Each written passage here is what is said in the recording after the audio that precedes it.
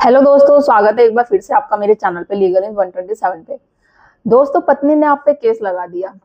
अब आपने एक वकील हायर किया, कोर्ट पहुंच गए कि भाई केस लगाया है तो अब तो अपना डिफेंस करना पड़ेगा, बचना पड़ेगा। वकील ने भाई आपको गाइड कर दिया कि भाई केस लगाए हैं तो आपको लड़ते ही रहना पड़ेगा। अब ये कब केस खत्म हो गए कब नहीं, कोई कुछ नहीं कह सकता। लड़ते रहो, मेंटेनेंस लगा रखा है तो मेंटेनेंस देना ही पड़ेगा।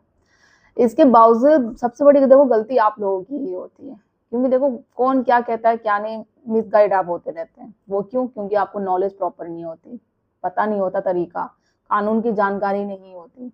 इसलिए मैं हमेशा आपको कहती हूँ कि कानून की जानकारी रखना बहुत ज्यादा जरूरी है। लीगल अवेयर होना बहुत जरूरी है, क्या चल रहा है क्या नहीं, कौन से कानून आ रहे हैं, क्या हाई कोर्ट के गाइडलाइंस है, क्या सुप्रीम कोर्ट के गाइडलाइंस है, कौन सा जजमेंट आ रहा है, किस तरीके से आप अपने केस में लड़ सकते हैं। पत्नी ने झूठे केस लगा रखे, उसने भरपूर गलती कर रखी है, फिर भी आप पता है कि गलती उसने कर रखी है, उस गलतियों को आप नजरअंदाज कर देते हैं और वही गलती आपके लिए नुकसान करती है। अगर आप पत्नी की उसी गलती को पकड़ो ना तो आपके लिए फायदा होगा। इसमें आपको मेंटेनेंस देने की बिल्कुल जरूरत नहीं पड़ेगी। और जितने आपके केसेस लगे हुए हैं ना, मैं हमेशा कहती हूँ कि खत्म भी हो जाएंगे और पत्नी को आप छोड़ो, मेंटेनेंस क्या झूठे केस भी खत्म होंगे, उसको जेल भी जाना पड़ सकता है मगर आप तरीके से काम करोगे तो चैनल पे आप मेरे नए जुड़े हैं तो चैनल को लाइक करना, शेयर करना, सब्सक्राइब करना बिल्कुल ना भूलिए। साथ ही बेल आइकन दबा दीजिए ताकि आपको टाइम टाइम से मेरे वीडियो की नोटिफिकेशन सबसे पहले मिलती रहे।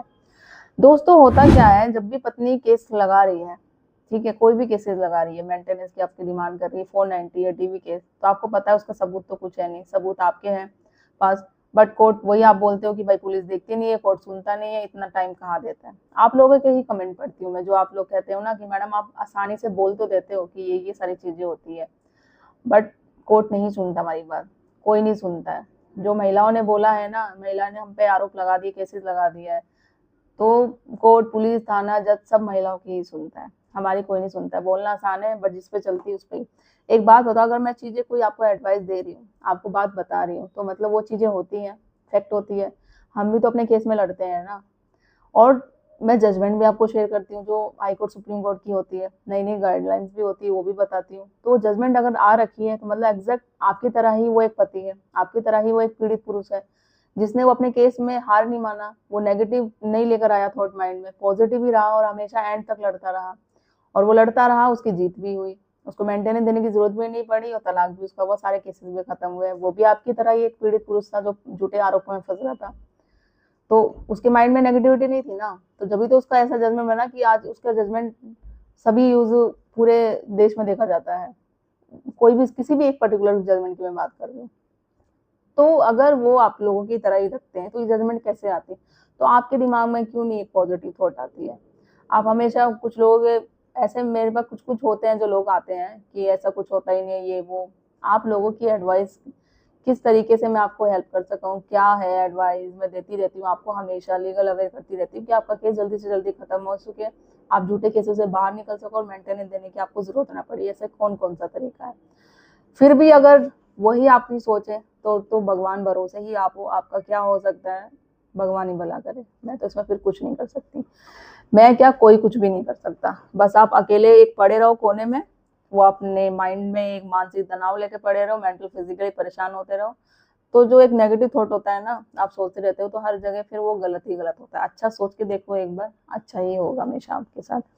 अब देखो करना क्या है, किसी, एक आपको पता है पत्नी है जो एक शपथ पत्र लेके घूमती है जिसे हम एफिडेविट कहते हैं। एफिडेविट पता है आपको कि उसमें वही चीजें होती है कि दोनों पार्टी के सिग्नेचर, सारी डिटेल्स होती है और उसमें ये मेंशन होता है कि कोई भी झूठ पकड़ा गया, झूठ छुपाई गई, चाहे किसी ने बताया, कोर्ट को पता चल गया, खुद ब खुद सबूत आ गए, तो उस पर भाई केस भी होगा और केस के साथ साथ जुर्माना और हो सकता है जेल भी देना पड़ेगा। अब इस शपथ पर जिसे हम एफिडेविट करें क्यों बनाया गया?